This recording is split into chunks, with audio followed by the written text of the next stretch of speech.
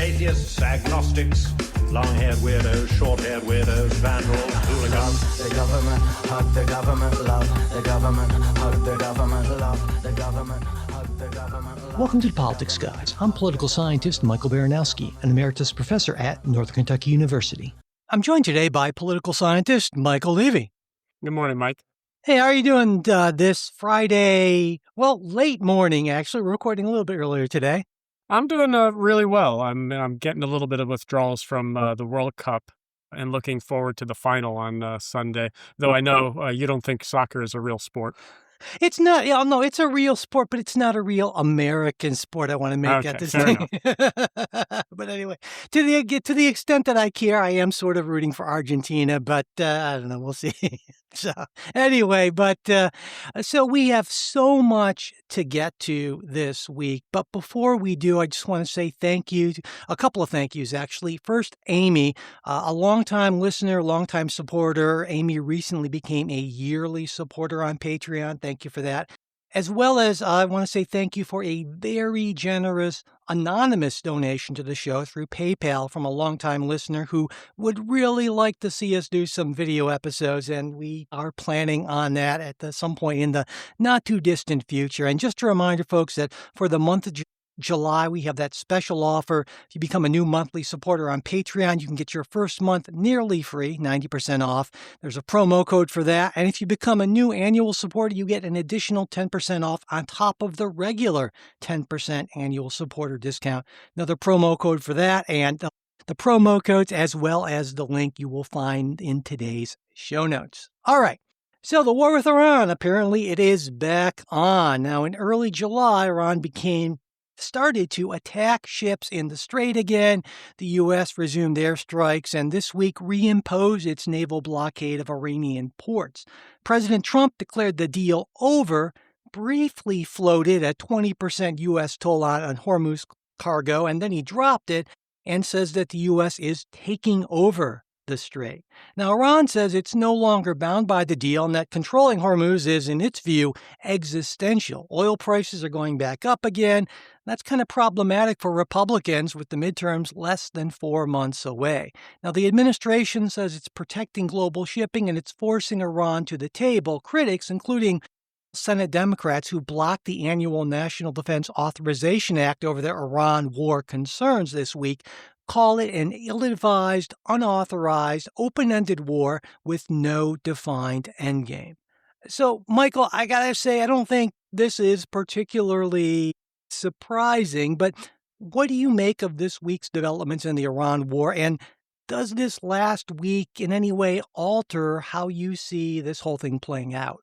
Well, first, certainly the last week does not change anything. In fact, I know in the pre-show conversation leading up to this, I said this could be a really short segment. You could probably just hit play on things that we've been saying over the last few months. But the part that I keep coming back to is really this focus on the Strait of Hormuz more than anything, because we know it was open before the war started and was never used as a leverage point before. And I'm laser focused on point 5 of the Memorandum of Understanding between the U.S. and Iran. And that's the language on the Strait of Hormuz. And it says in that point that Iran will use its best efforts, quote unquote, to ensure safe, fee-free passage for 60 days. You know, that's it. That's all it said. And now, predictably, the deal is collapsing around that ambiguity. And so if you go back 10 years ago, I know you didn't really love the Obama deal with Iran, and you're much more muscular in your foreign policy than I am. But if we spent any time watching how the Obama administration negotiated the Iran nuclear deal, that sentence about best efforts should make you furious. The JCPOA took years to negotiate. Every word, every comma, every annex, every verification mechanism, and every dispute. Now, granted, this was a MOU, Memorandum of Understanding, rather than a full deal. Anybody who knows Iran knows that they play for time and that they don't give away things easily. So when you put in the MOU language like best efforts, Iran is going to play three-dimensional chess while Trump and Witkoff and Kushner look like they're playing Candyland with this. And so I don't really know where we go from here. And so I'm wondering, Mike, where do you think, is feeding the decline in inflation last night in his speech to the nation on election insecurity. But inflation only went down because of the MOU coming into force and energy prices going down. So I'm kind of curious, like, where do you think this all lands? Before I answer that, I just want to make a quick correction. I actually was a fan of the JCPOA and think that certainly it's a better deal than what we have right now. Well, two things on the MOU and point 5 that you mentioned. Number one, the U.S. never should have agreed to it. But number two, Trump administration almost certainly felt that they needed to because they wanted to get those prices down, and Trump making that comment about not wanting to be the next Herbert Hoover, that sort of thing. But I mean, so I feel like there's an important distinction to be made here. And I think you can make a distinction between tolls for passage, which are not okay, regardless of who is collecting them. Trump, for a while said, well, we should get 20%, which is a ridiculous number. But, things like fees for actual services like navigation, environmental protection, any kind of costs associated with kind of keeping the strait in good working condition, that to me seems reasonable if they're proportionate, but that, of course, is not what we're talking about here. And I mean, I think Democrats were right to not go for the NDAA because Trump wants what amounts to, it seems to me, a blank check for the military with no accountability, no constraints in his actions. And so that to me seems like a reasonable response. And like you, none of this is really surprising me at all. And I think in part it's because Trump's erratic nature and lack of patience are real problems here. Now, there can be some benefit to not knowing what your opponent will do, that so-called madman theory, right, from back in the Nixon times. But there are also plenty of disadvantages, especially if you're trying to build a relationship of some sort as opposed to win a fight. And I think that to me is Trump's overriding problem, not just here, is that he has no idea how to build real relationships. For him, it's all about winning fights. And if you take things out of that context, I think he's just completely at sea. And I think we're seeing it here. Yeah, that goes back to a conversation that we had, I think, though I probably have said it in a million different forums, about Trump being a snake oil salesman. And you talked a little bit about why they agreed to the language on best efforts, because Trump just wanted to get a deal, any deal, and whatever it said. But that's because he wants to win the news cycle. Like, he wants to win today and not really doesn't really have a long-term focused strategy. He has it in his mind. I mean, yes, he would like the theocrats in Iran not to be governing. He doesn't want Iran to have a nuclear weapon. I mean, those are both wonderful things to think about, but there's no actual plan. And it's kind of giving away the game when you have Jared Kushner and Steve Witkoff doing the negotiation. These are not trained negotiators with a depth of knowledge about Iran, U.S., Middle Eastern relations. They're just a couple of guys who do business deals, and this was not a business deal. And, I think also, one thing different about this time around from the last time is the last time around, of course, there were more oil reserves that we could rely on that are not gone, but they're certainly drawn down more than a little bit, which I think could make this, this time a little bit more problematic perhaps than the last time, depending. I mean, I guess the best case scenario here, I think, is that these attacks that we've been doing the last week in the blockade, that they eventually force Iran to cut a deal that's better than the MOU. And that's certainly not that's not a crazy prospect, because they are hurting a lot from this. But I just don't know. I mean, will Trump taco on this? I think probably yes, but, we're going to have to see. Iran is hurting a lot. I'm going to sort of use a different example. I was listening to a podcast this morning, and they were talking about the average Russian soldier on the battlefield on the front lines and how long their life expectancy is once they're out on the front lines. And it's 20 minutes, and they're just mowing down soldiers who go to the front lines. And, Iran is hurting. Their economy is hurting. Their people are hurting. Dictators are more able to survive a hurting public and a hurting economy as long as they can keep the food flowing to their tables and the goods flowing to their tables. So they have a lot more ability and have shown a lot more ability to survive, particularly because, not that they don't care about the Iranian people, but they care more about their power. Sure. Yeah. Yeah, absolutely. I mean, I think that's the distinction. I think Iran is certainly hurting a lot more, but all they have to do is just survive as a leadership group, whereas for Trump, you can only take a lot less damage, I think, basically. But, we'll see. And I guess in general, I feel like Trump just seems sort of bored and frustrated with the whole thing. I mean, clearly did not go the way he expected. Yeah, I mean, Trump's MO is he has a short attention span. And, it's probably one of the reasons why he likes UFC, right? Like the fights don't last 15 rounds. A boxing match takes way too long for him. Yeah, absolutely. Why don't we go ahead and turn to President Trump's primetime speech on election security, actually, in which he argued, a number of things. Actually, he argued, I suppose, that America's election system in general, it's dangerously vulnerable, and that Congress needs to act before the midterms. He claimed that China has obtained data on 220 million American voters, that intelligence officials are concealing evidence of that, voting systems are vulnerable to hacking, the FBI buried a registration fraud case from, I believe, Michigan, DHS found hundreds of thousands of non-citizens on the rolls, and also he said, ABC and NBC aren't broadcasting this live. They should lose their broadcasting licenses for this. So now I'll say, as the Wall Street Journal, hardly a bastion of liberalism or wokeism, pointed out, during this entire 25-minute speech, short for Trump, he didn't provide any actual evidence of voter fraud. He didn't prove that people cast ballots in the U.S. who shouldn't have. And he didn't reveal that election outcomes had been altered because of interference. And of course, they also mentioned, by the way, Trump and his allies, they've lost dozens of court cases in multiple jurisdictions challenging Biden's 2020 election win.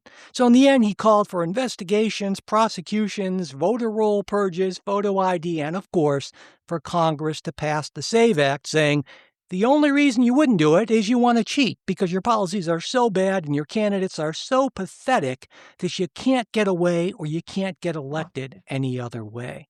So, Michael, what was your reaction to this speech? I mean, did anything about it surprise you? Well, first, I'll give you my partner's reaction because it came on at 6 p.m. West Coast time, and that's when we usually are making dinner. And so I had the TV on, I'm watching it live, and I'm just hearing him yelling from the kitchen, that's a lie, that's stupid, what's he talking about?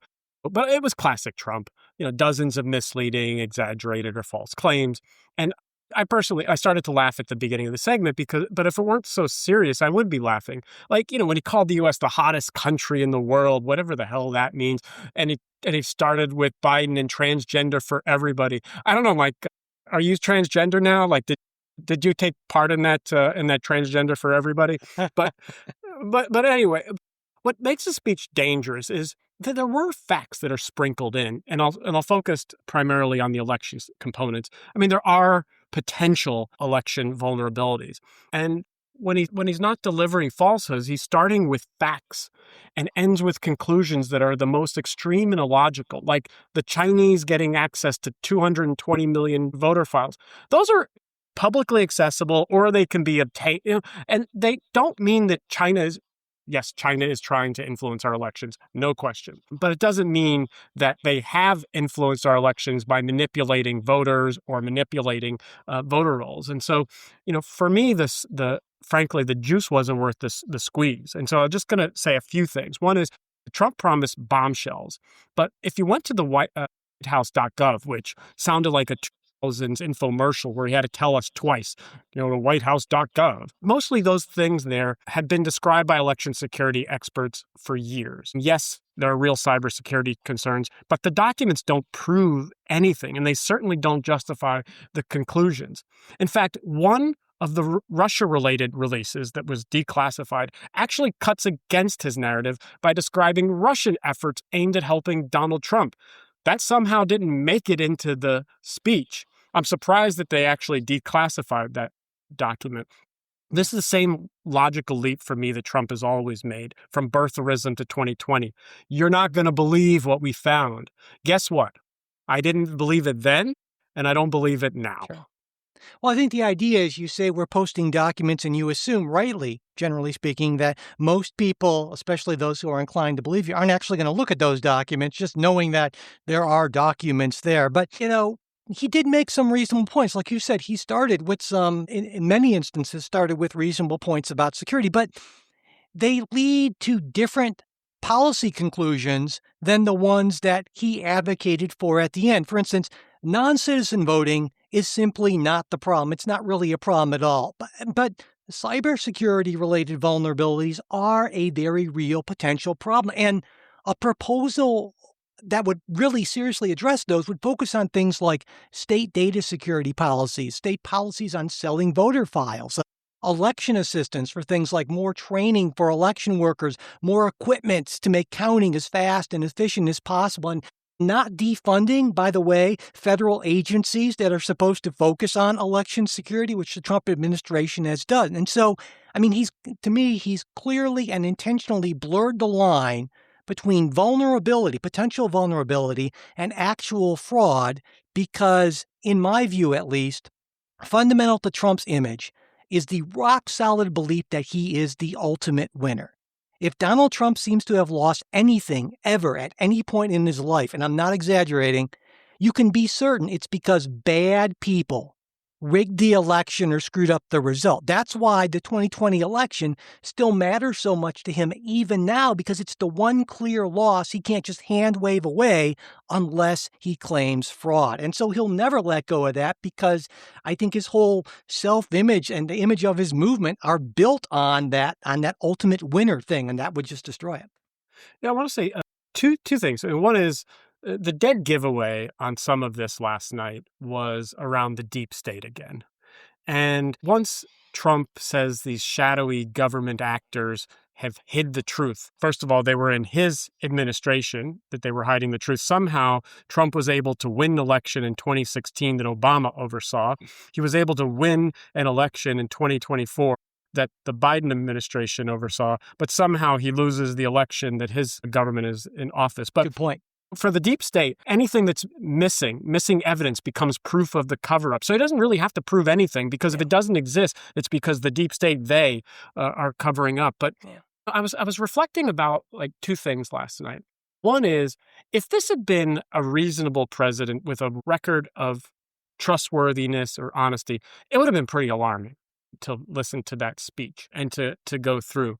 But I'm certainly thinking about Trump, and Trump putting himself and centering him on every major event. I mean, Lindsey Graham dies. I know we'll talk a little bit about that in a bit. But his call with Fox News is talking about him, and he's centering himself rather than talking about his old friend, Lindsey Graham.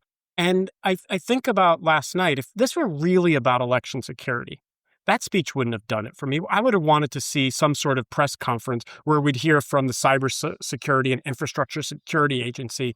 The FBI would come up, state election officials, prosecutors, independent technical experts, that they would walk through piece by piece. But instead, he just gives this sweeping generalization with no evidence, no actual facts, points to whitehouse.gov, where all of these things will be found. But then you go to whitehouse.gov and you look at the documents, and the goods just aren't there.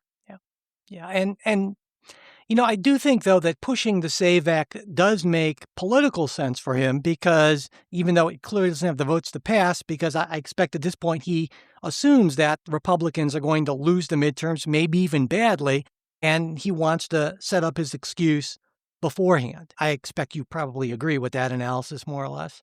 Yeah, and who wouldn't support the Save America Act? I mean, just the name of it. I mean, of course we're going to save America. I mean, we're all going to be MAGA, because who doesn't want to make America great? And I think, there's some things in the Save America Act that I'm sure that some of us who are on the progressive side could probably say, yeah, I mean, we need to shore up our elections in X, Y, and Z. But, he's going backwards so much, even with the Save America Act, in combating things that are not problems. Like, for example, non-citizens voting. And he talks about in the speech, he says 278,000 illegal immigrants are registered to vote. First of all, that's based on partial matches. They haven't been confirmed that number is actually real. But also, even if it were real, and I'm not conceding the fact that it's real, there's no proof that those folks voted. And so he's just taking, again, pieces of information and numbers and asserting them. But when he talks about no mail-in ballots and everybody has to go in and vote unless for illness, disability, military service, or travel, I cannot imagine the lines on election day. There's a part of me that thinks like, hey, let this alternative universe run out. Let them have their Save America Act, and then have people waiting online in the first Tuesday after the first Monday in November for 6 hours waiting to vote. Yeah. Well, I mean, even if Congress passed the SAVE Act tomorrow, it would still be a disaster, I think, trying to make all of those changes to state election systems this close to the midterms. And, oh, by the way, I should mention it's an unfunded mandate, that's something Republicans used to hate when the federal government forces states to take an action but doesn't give them any assistance to do that. That used to be considered an affront to federalism, which is another thing that Republicans used to care about. But now, as we've talked about so many times, Donald Trump is not a traditional conservative. He is, a right-wing populist, and that's a very different kind of animal. I mean, just one last point, which is not wholly about like Save America Act, but kind of like is broaden it out about the speech and the Save America Act. It's built upon mass suspicion. There's this mass suspicion that these nefarious actors, whether they're foreign governments, and the only thing that Trump proved about foreign governments was that Maduro cheated in the election in Venezuela that we all knew, but that these foreign governments, but also these non-citizens, these illegal aliens, as he might call them, that they're coming to change and ruin America.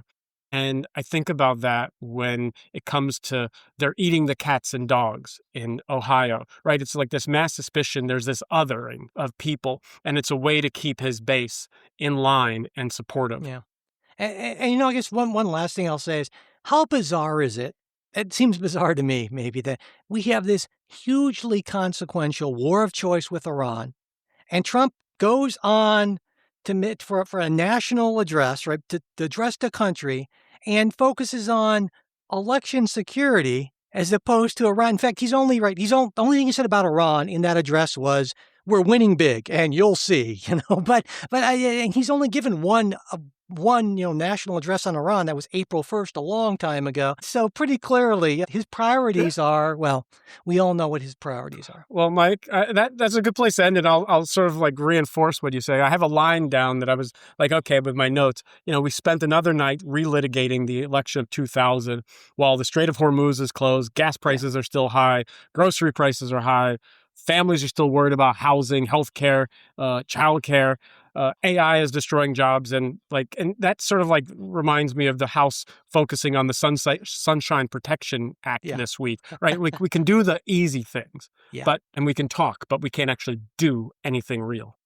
Michael, you mentioned Lindsey Graham, and of course we should talk about him and sort of implications of his death. As folks know, I'm sure, he died suddenly on Saturday, July 11th at age 71, and within just a few days, South Carolina's governor appointed Graham's younger sister, Darlene Graham Nordone, to complete the final months of his term, so keeping the 53-47 Republican majority in the Senate. Now, Graham leaves, I think, what I'll call a complicated legacy. He was sort of John McCain's partner for quite a while, kind of very much an interventionist foreign policy hawk, and also a guy who was always trying to sort of make a deal and be at the table when these deals were made. And then Trump comes along, and right, Graham goes from calling Trump a race-baiting, xenophobic, religious bigot in 2016 to becoming arguably his most useful Senate ally. And so now South Carolina Republicans, they have a special primary August 11th, maybe a runoff on August 25th, we'll see, because right now no potential candidate has a clear inside track, and President Trump's endorsement here might effectively choose the nominee. So, Michael, in your new Substack, or one of your recent columns there, I'll put a link in the show notes, definitely it's worth checking out. You wrote what you termed a progressive lamentation for Graham. And I'm wondering kind of what you meant by that, and what in general your view of Graham's career and legacy is before we get into kind of the Senate implications. Yeah, I titled it Progressive Lamentation precisely because I disagree with your framing at the beginning, or at least your use of the word complicated. Okay. Because I thought for a long time that his legacy would be complicated, and that's how I would describe it. But I think I would describe it as pretty damning rather than complicated. And let me set up that I disagree with Lindsey Graham on almost everything, from Iraq to Gaza to Iran to judges and taxes and LGBTQ rights, et cetera. But for years, for me, Lindsey Graham seemed one of the last Republicans with John McCain, formed by that older political era. Friendliness in Congress. He would go out and befriend Democrats, and he had good working relationships. But, so he was combative, often wrong in my view, but still attached to the institutions, the alliances, and some kind of idea of public service. But as you said, then Trump comes along. And what makes it a lamentation rather than just a takedown is that Graham saw Trump's character and temperament more clearly than almost anyone in the Republican Party. And he said so publicly in 2015 to 2016, as you said. And history has borne out that Lindsey Graham in 2015 was right. Then he spent the next decade helping make everything he warned us about come true. And the moment I keep coming back to, as anyone would, is January 6th. After the Capitol was attacked, Graham stood on the Senate floor and said, "Count me out.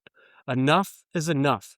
And for a second, it felt like he had chosen country over party. Now, if we're to believe Donald Trump, and I don't believe Donald Trump, Lindsey called him 40 minutes later and said he was wrong, and I can't believe I said that, and all this kind of stuff. But the difference is he went back, he said, "Count me out." And then a few months later, he's playing golf again with the guy. And, he had this insight into who Donald Trump was, but because he wanted to be at the center of action, because he wanted to get on the Sunday shows and meet the press all of the time. In fact, he wouldn't go as you may know, he wouldn't go to the doctor. He wanted to delay that until after he went on Meet the Press.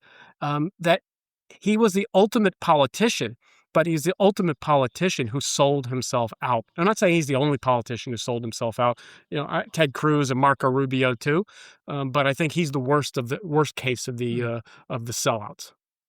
Yeah, and that's certainly, I think, a reasonable and defensible reading. But another one is that back in 2019, a reporter asked him, why are you supporting this guy who you said was this hugely awful person? And he said, well, to try to be relevant.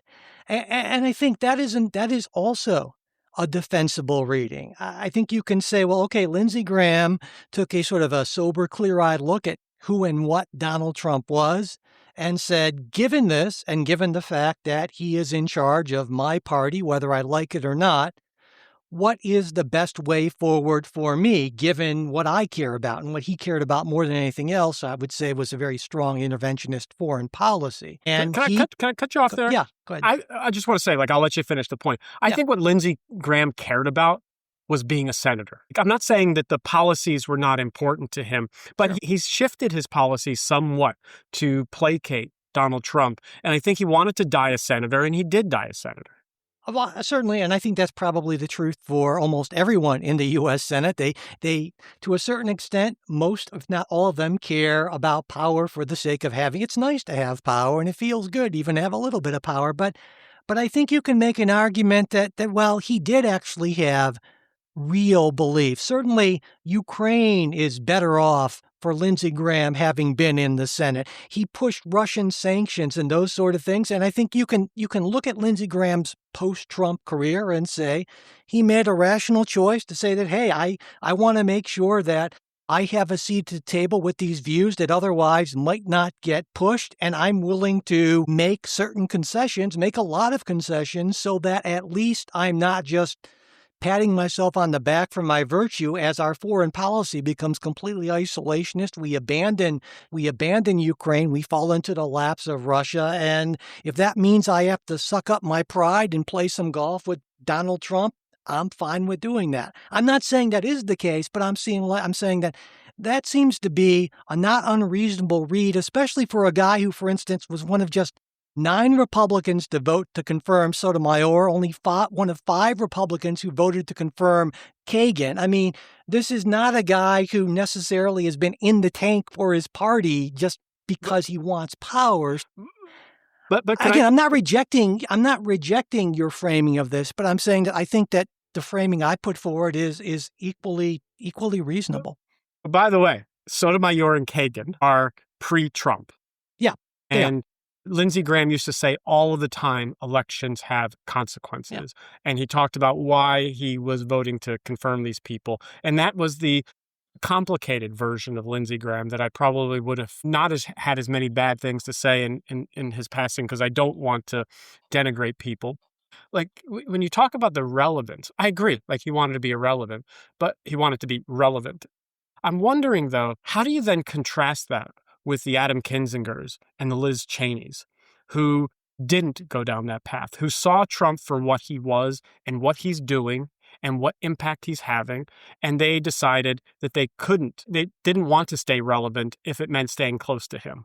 Yeah, and I think that can be a tough decision to make. But I think oftentimes, especially in modern politics, sometimes the public at least errs on the side of preferring purity over actually getting things done. And so I think we need people both like Kinzinger and like Lindsey Graham, a certain number of people who essentially try to keep the rest of us honest, who are trying to deal in the real world of making deals and getting things done. But those folks are incredibly useful. But so are the folks like Lindsey Graham. If my theory of him that I put forward is correct, you need people like that too, who say, you know what, we want to get stuff done, and I'm fine with working with people I really don't like to get stuff done.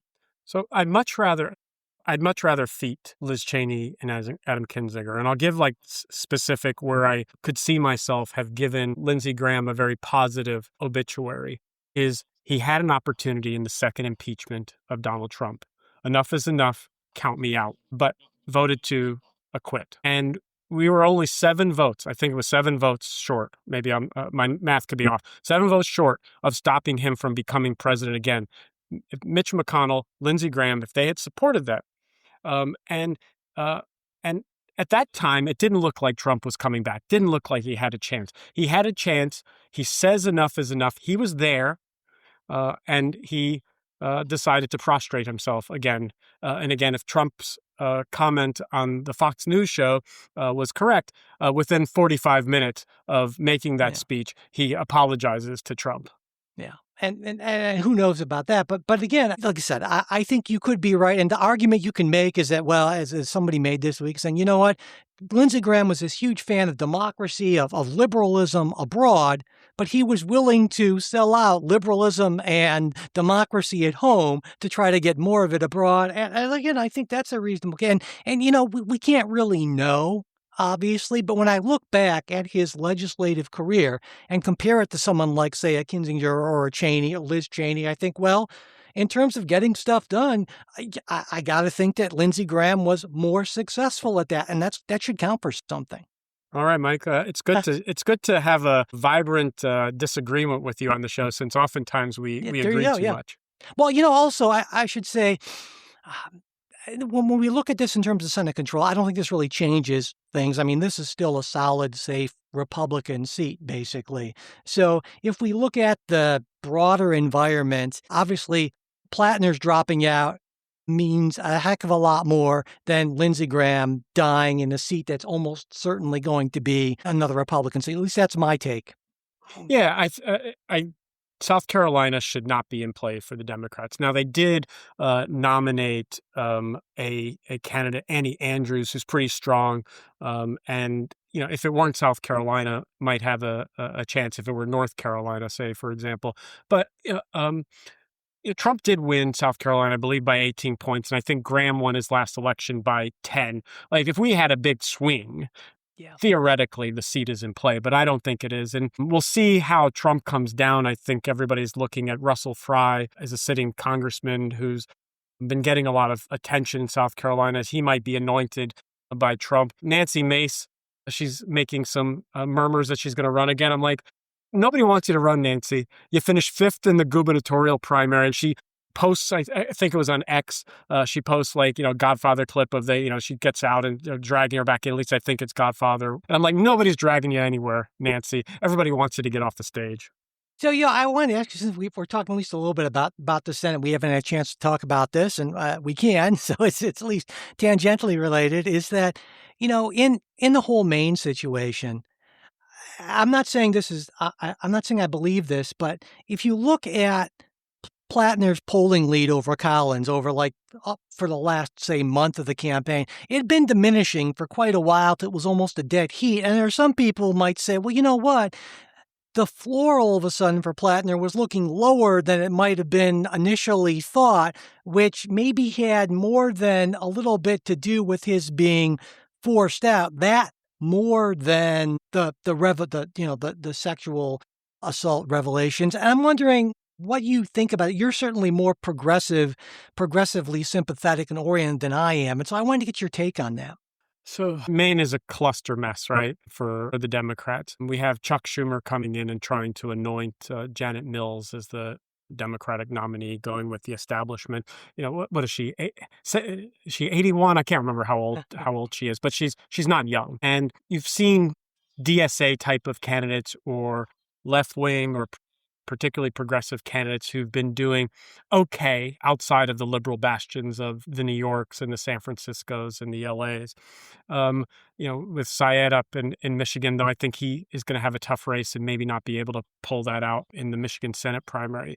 But I think what attracted Graham Plattner to many Maine voters is that it's not really necessarily his progressive or left-wing views. At least that's in my opinion. I think it's the tenor of his campaign about speaking up, speaking out in a loud voice, and just being pissed off about how things are going, and catching a lot of Mainers who just despise Donald Trump, who were disappointed with Susan Collins. And I think that let him catch fire in a way that more boring candidates have not been able to catch fire. I mean, Cory Booker's I love Cory Booker as a senator, but Cory Booker doesn't, he's not a barn burner, right? Like, he's not going to light anything on fire. And so in the race to succeed him as the nominee, I think that there's been this conversation about, do they need to go with like a left-wing progressive candidate? And I think maybe that's the right way to go, but I don't think that that's necessary.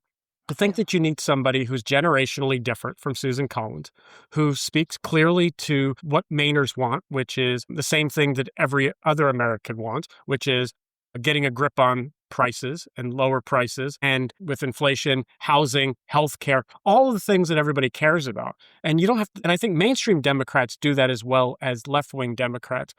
And they also do it as poorly as left-wing Democrats. It really depends upon your messaging and your discipline in your messaging. Yeah. There's a movie that came out a million years ago. I think it was 1976, actually, called Network. And I used to show this in various classes of mine, in part because I could. But it was really kind of ahead of its time in a way. And there's this guy, a network news guy named Howard Beale in the show. And he's clearly deranged, but his main message is essentially, I'm mad as hell and I'm not going to take it anymore. And he screams and yells and inveighs against the hypocrisies of our times and builds this big movement and so forth. And definitely well worth watching. But it reminds me of so many candidates like Platter, like these people who don't really have necessarily any actual knowledge of how these things work.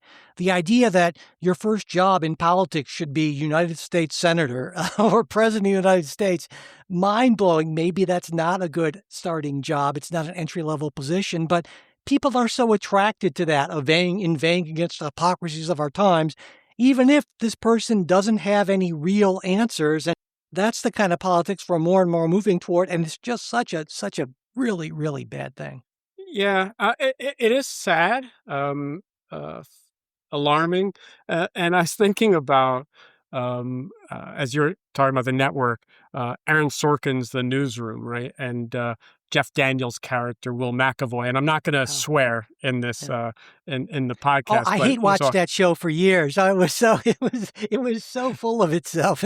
But he has a line like, if Democrats are so smart, then why do they always lose? I think, that really hits at this thing, is that if you look at a issue by issue, with the exception of the border and illegal immigration, I think Democrats do better on most issues than Republicans do. However, the Republicans say their things louder, more simply than Democrats. And I think it's much harder to put on a bumper sticker all the things that Democrats want to do.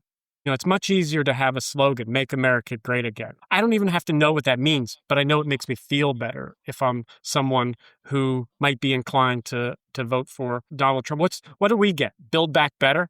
Like that's what the Democrats get?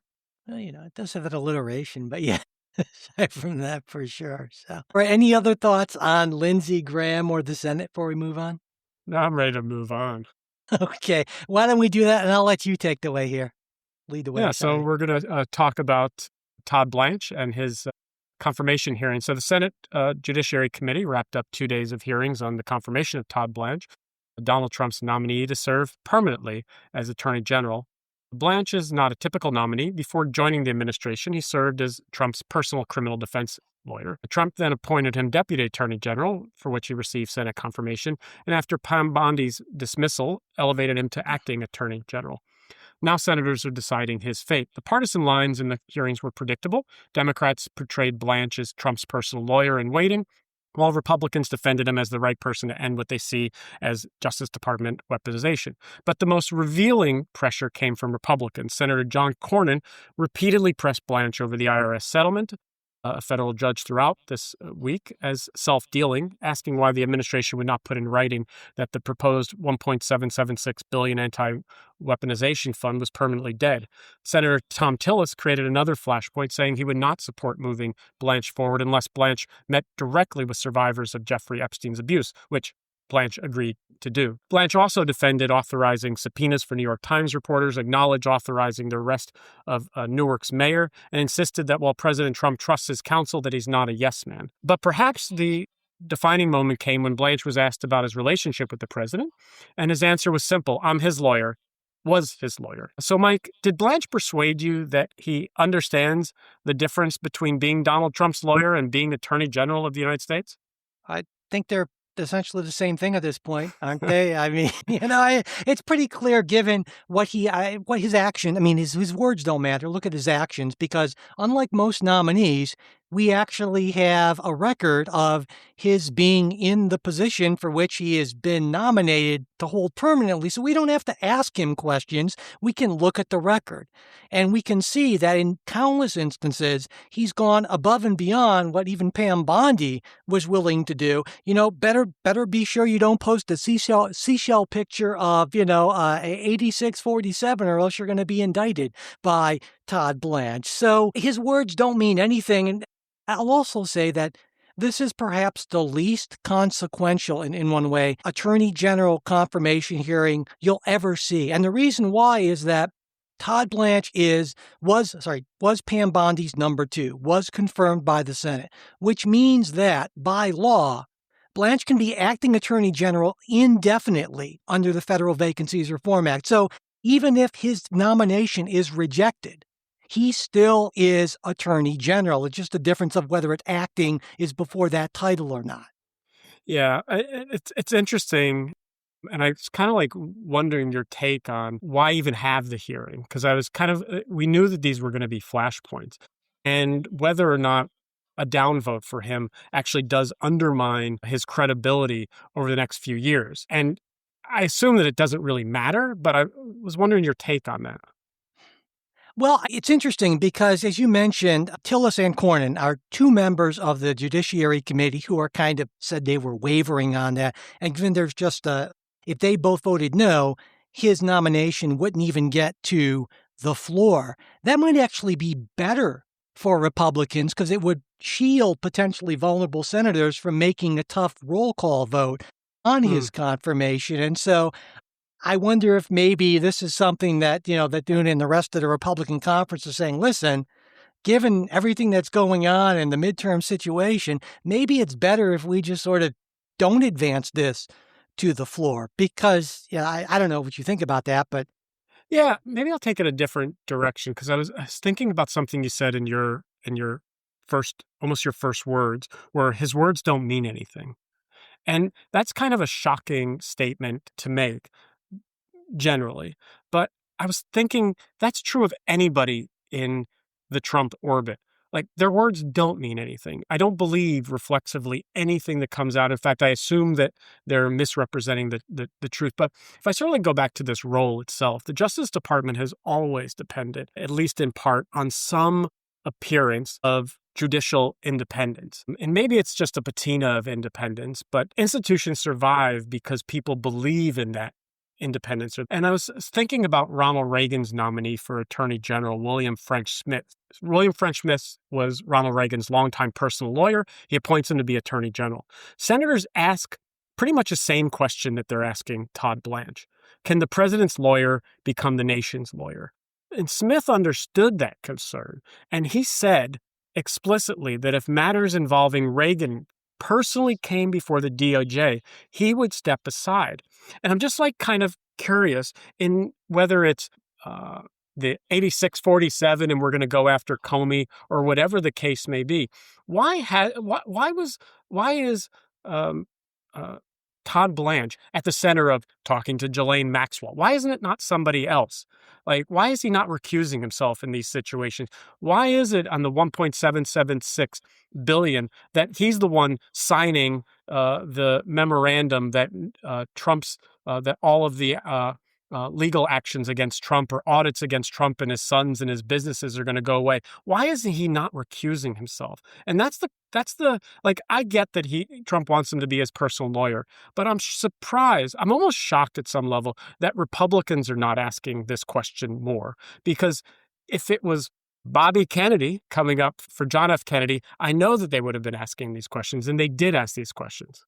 Yeah, I'm not surprised at all because, I mean, the sort of the view that is clearly ascendant in the Republican Party is that very strong unitary executive view. And under that view, well, the Attorney General, just like everyone else in the executive branch, except for apparently the Fed, is an agent of the president. So therefore, it's not like, well, the Attorney General properly under this view should not be independent of the president, because the president, the DOJ is part of the executive branch. So therefore, this is completely, in that view, whether or not Todd Blanche was the president's personal attorney is absolutely immaterial, essentially. I don't agree with that strong version of the view, but it follows logically if you accept that strong unitary executive position. Yeah, I'm kind of curious when the Democrats come back into control of the presidency and the Congress, what levels of amnesia Republicans Of course, yeah. will have. I mean, but we're in a post-liberal era, right? And post-liberalism is all about, well, what do we want? We don't have to worry about maintaining institutions or the rule of law, or we will burn this whole mother down as long as we get to be in charge of it, and that is the important thing. And that's what post-liberalism is all about. The hell with rule of law, the hell with standards, the hell with anything but power. That's post-liberalism in a nutshell. And clearly Republicans are embracing it like crazy, but, you can see it all over the place. Yeah, it's funny because I'm almost at a loss for words because I wonder what's the point in having a podcast? What's the point in having a discussion, right? Like, because we try to act in an environment where there's good faith on both sides, and that, say, Lindsey Graham before Trump, that people who disagree vehemently on policy can sit down and look for a path to citizenship, say, or whatever the case may be. And now we're really looking with this unitary executive theory and how the Supreme Court has endorsed it. And this notion that I tried to play up around the Attorney General as the nation's lawyer rather than the president's personal lawyer. And in effect, the Supreme Court has told us, and I agree with what you just said, the Supreme Court has told us that in effect, the president is the government, and the president controls anything that he wants to control. And like, how do you not, I know I'm going to sound like some namby-pamby liberal, but like, how do you not call that a dictatorship? Yeah. Well, I mean, I wouldn't say dictatorship, but or certainly authoritarianism. Light authoritarianism, light, that sort of thing. Yeah, I certainly think that's, but of course, we wouldn't be in this position if we actually had an independent legislative branch or even a semi-independent legislative branch, but we essentially have what amounts to a parliamentary system at this point in everything in name and obviously electoral process. But yeah. Well, I I was thinking, I was also thinking about Jay Clayton's confirmation hearing, and I have to always look up his name because whenever I see Jay Clayton, I think Jay Cutler, the quarterback. But think he's Jay coming up Carson. So whatever. And I know that John Ossoff was having a little bit of a viral moment there in the hearing, but we all of these performances in front of hearings, whether it's Kash Patel, Pete Hegseth, Pam Bondi, whoever, it's all playing for an audience of one. And so, when you ask someone who's going to be the director of national intelligence who won the 2020 election, they can't answer the question. They won't answer the question because they know if they answer it truthfully. And I know, I would love to ask somebody a question like, who won the 1980 election? And I'm sure that all these people would say Ronald Reagan won. They wouldn't say, well, Ronald Reagan was certified the winner of the 1980 election. Kind of ridiculous. And so it just betrays, it's just disbelief that these performances that, whether it's Blanche or Clayton or whomever are putting in, that they know that Trump is watching and they're just performing for him. Yeah. And, part of me wonders, at least on the anti-weaponization and that whole, don't call it a settlement now because it's not technically a settlement according to that one federal judge. But yeah, I know sometimes people say, well, don't think that Trump is playing 3, 4, 5D chess. He isn't necessarily, but I got to wonder if maybe the anti-weaponization thing was the sort of red herring thrown out there and saying, well, what we really care about is making sure that I get that audit liability. And we'll maybe give when push comes to shove on the anti-weaponization thing, maybe, but we'll preserve that audit liability thing, which some outlets have suggested could save Trump as much as $100 million. And maybe that's going a bit far. I don't know, but I don't know. I mean, you think that this president is doing things to benefit this president? I mean, shocking. That is shocking. Like $2.2 billion that he's made since he came into the White House, shielding himself from audits. I mean, even his teleprompter, creator is making money off, or teleprompter operator is making money off Kalshi because he's betting on what's going to be on the teleprompter and what Trump is going to say. I mean, this is the most self-dealing administration.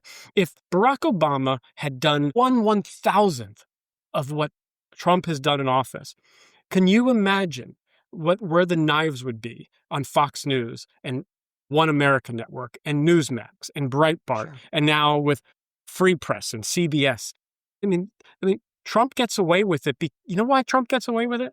And I listened to an interview with a variety of different voters who voted for Biden in 20 and Trump in 2024. It's because all politicians are corrupt. So, at least Trump is doing it out in the open. And they just, it's almost that cynicism that, they're all doing it. Yeah, maybe some politicians are corrupt. Not going to deny that, but a lot of humans are also corrupt. And so it's not surprising that if some humans are corrupt, that some politicians would be corrupt. But just the scale of that corruptness and corruption is so mind-boggling. Speaking of corruption and things that surprise you, I got to say, on the whole Epstein files thing, I don't think I mentioned this before. We've talked about it, obviously, in the past. But the thing that amazes me more than anything else about that whole Epstein files thing is that anyone seriously thought that the government would release damning evidence against some of the richest and most powerful people on both sides of the aisle in the country who either joined or enabled Epstein in the awful stuff that he did. I mean, the idea that would come through like an official government authorized, I just got to think, wow, how naive do you have to be to believe that the most powerful people in the world on both sides of the aisle again would allow anything that would significantly hurt them to be released by the government? That just, I don't know. That just has always blown my mind from the beginning. Well, the thing that's interesting, right, is there have been powerful people exposed, but they've just not been Americans. We think about, Prince Andrew, and we think about Peter Mandelson, the former ambassador to the U.S. and the U.K. He's now persona non grata, kicked out of government because we have politicians in Slovakia, the national security, Miroslav Lajcik resigned as Slovakia's national security advisor. A lot of people have been exposed to being in Epstein's orbit, but nobody in America. So fortunately, everybody in the U.S. is pure when it comes to Jeffrey Epstein. It's just these foreigners. Yeah, exactly. Everyone, I didn't realize what he was doing, or it was just, Yeah, exactly. So, all right. Well, as we predicted, Michael, we end up running out of time before we ran out of things to talk about, but that's okay. That's why we have a midweek show coming up. We're going to be talking about all kinds of things, including that Trump IRS lawsuit and the self-dealing thing you mentioned. And just a bunch of other things, and I'm looking forward to doing it. But for now, we are going to close. And hey, as always, if anything Michael and I talked about made a big impression on you, whether positive, negative, or you just got a question for us, we would love to hear from you. You can email us at mail@politicsguys.com. Reach us through Facebook, X, our supporters Discord, all the links always in the show notes, and I'm on Discord all the time. And if you're getting value from this show and you want to support what we do, the best way to do that is through Patreon. You can even start with a free trial. Remember, through this month, those discounts I talked about. And if you're a supporter, you get ad-free episodes, the full midweek show, instead of just that preview, and access to the Discord with even more benefits at higher levels of support. And if Patreon's not your thing, we also have PayPal and Venmo. All those links are in the show notes as well, and at politicsguys. And if you want the full midweek episodes, but you cannot support us financially right now, not a problem. Just send me an email. I'm at mike@politicsguys.com, and I will get that set up for you. And whether you support us or not, it is a big help if you can subscribe, rate, and review the show wherever you listen, as well as sharing episodes. And as always, before we go, special thanks to our wonderful executive producing team. They are Wilma Moreno, Daniel Toe, Ryan Beasley, Don Oglesby, Derek Schmidt, Dakota Heath, Jason Chrysler, Dave Dean, Jeremy Larson, Brian Matza, Jody Marie Miller, and Sean Fugate. We'll be back with a new episode for you next week. We hope you'll join us.